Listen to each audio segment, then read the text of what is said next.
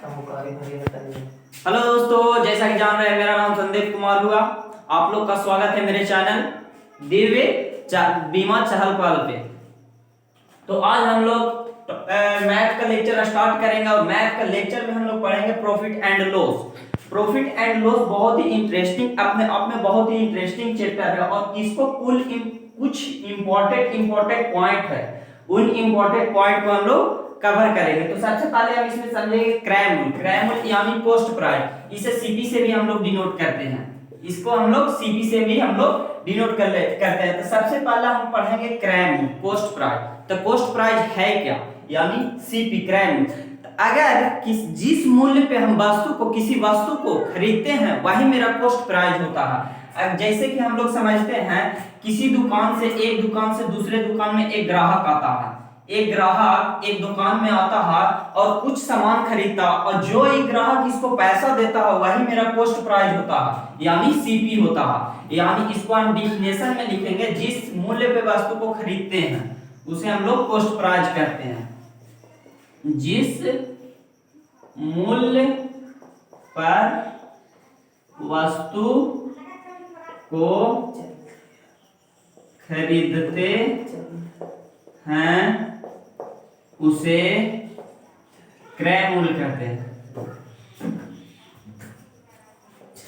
क्रय मूल्य कहते हैं। जैसे क्रय मूल्य हम लोग समझ गए कि किसी मूल्य पर, जिस मूल्य पर वस्तु को हम लोग खरीदेंगे वही मेरा क्या होगा, क्रय मूल्य होगा। क्रय मूल्य उसी तरीका से हम लोग विक्रय मूल्य यानी सेलिंग प्राइस को हम लोग समझेंगे। अगर सेलिंग प्राइस में देखा जाए तो सेलिंग प्राइस पे जिस रेट पर दुकानदार वस्तु को बेचता है वो मेरा सेलिंग प्राइस होता है। जैसे हम 5 रुपया का पेन लिए और मेरा दोस्त है ये, और दोस्त का मेरा ये पेन पसंद हो गया और ये बोल रहा है कि मेरा ये पेन खरीदना है, और इस पेन को हम 10 रुपया पर बेच दिए हम अपने दोस्त को। तो इस जो 10 रुपया पर बेचे वही मेरा क्या होगा, विक्रय मूल्य हो गया। वही मेरा क्या होगा, विक्रय मूल्य हो गया। तो इसी प्रकार से हम लोग विक्रय मूल्य को कहेंगे, जिस मूल्य पे हम किसी वस्तु को बेचते हैं उसी को हम लोग सेलिंग प्राइस यानी विक्रय मूल्य कहते हैं। तो इसको डिफिनेशन में लिखेंगे, जिस मूल्य पे जिस मूल्य पे वस्तु को बेचते हैं उसे विक्रय मूल्य कहते हैं। विक्रय मूल्य कहते हैं।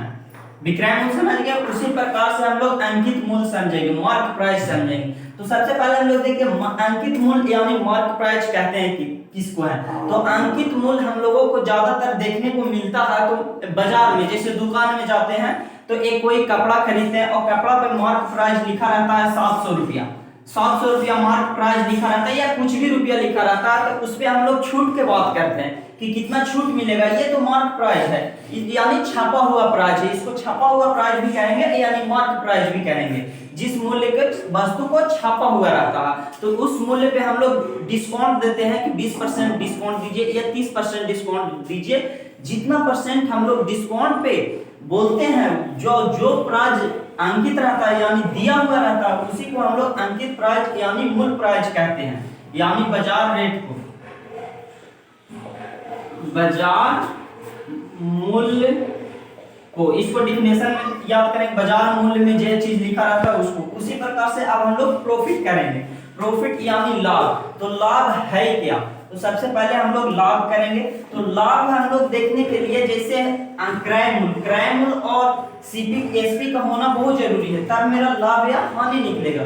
तो उसी प्रकार के जैसे हम लोग कहीं एक दुकान जाते हैं और दुकान जाते हैं तो एक दुकान में मोबाइल का रेट, जैसे मेरा मोबाइल लेना है और हम कोई दुकान में गए और उस दुकानदार ने मेरा बताया कि इस मोबाइल का रेट जो है जो 10,000 रुपया होगा, यानी हम मोबाइल खरीदे तो 10,000 का खरीदे, तो वो मेरा लिए क्या हो गया, सीपी का काम कर रहा। तो सीपी हम लिखेंगे और सीपी बराबर हम लिखेंगे 10,000 रुपया। तो ये मेरा क्या काम कर रहा है, सीपी का काम कर रहा है, यानी 10,000 का हम मोबाइल खरीदे हैं और वो दुकानदार ने वो दुकानदार ने मोबाइल जो और हम लिए कितना 10,000 में मेरा दुकानदार दिया, तो वो मेरा क्या कर रहा, सीपी का काम कर रहा। और वही मोबाइल हम लेकर आए और हम किसी को हम बेच दिए कितना में 12,000 रुपया में, तो वो मेरा एसपी हो गया। यानी क्या कहेंगे, जिस मूल्य पे वस्तु को बेचते हैं यानी एसपी, तो एसपी मेरा क्या हो गया 12,000 रुपया।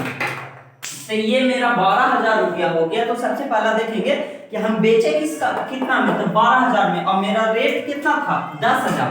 तो इस दोनों में से हम कितना बढ़े हैं, तो 2,000 रुपया बढ़े हैं, तो प्रॉफिट मेरा कितना हो जाएगा 2,000 रुपया हो गया। और उसी तरीका से हम सेलिंग प्राइस यानी एसपी को हम इसी 10,000 में फोन को लिए थे और 9,000 रुपया में हम बेच देते, 9,000 रुपया में हम बेच देते, तो मेरा लॉस जो हो जाता, लॉस कितना हो जाता है, इसको और इसको में तुलना करेंगे, सीपी और एसपी को इसको और इसको में तुलना करेंगे, तो सीपी मेरा 10,000 है और एसपी मेरा 9,000 है, तो मेरा लॉस कितना हो रहा है 1,000 का लॉस हो रहा है, तो 1,000 मेरा लॉस निकल जाता। तो ऐसे हम लोग इस इंपॉर्टेंट पॉइंट को समझ लिए थे। अब हम लोग इस पे कुछ फार्मूला होता है, तो उस फार्मूलों को भी हम लोग कवर करेंगे। तो सबसे पहले इतना तो आप लोग समझ गए, तो अब हम समझेंगे फार्मूला कि इसमें क्या क्या फार्मूला है। तो देखिए, तो इसमें फार्मूला लिखते हैं, फार्मूला यानी सूत्र। तो सबसे पहला हम लोग लिखेंगे क्रैम, क्रैम तो हो गया, हाँ प्रॉफिट निकालेंगे, प्रॉफिट परसेंट। तो प्रॉफिट परसेंट बराबर मेरा फार्मूला जो होता है, जो प्रॉफिट पहले हम निकालेंगे, तो प्रॉफिट बराबर होता है एसपी माइनस सीपी, एसपी यानी सीपी। तो एसपी जो ज्यादा में से कम घटाएंगे तब ना मेरा प्रॉफिट होगा। जैसे 12,000 रुपया 10,000 रुपया सीपी था और एसपी कितना था 12,000 रुपया, तो जब 12 में से छोटा घटाएंगे तब मेरा क्या होगा प्रॉफिट होगा। तो उसी प्रकार से हम लोग लिखेंगे एसपी माइनस सीपी, यानी विक्रय मूल्य माइनस क्रय मूल्य, विक्रय मूल्य माइनस क्रय मूल्य।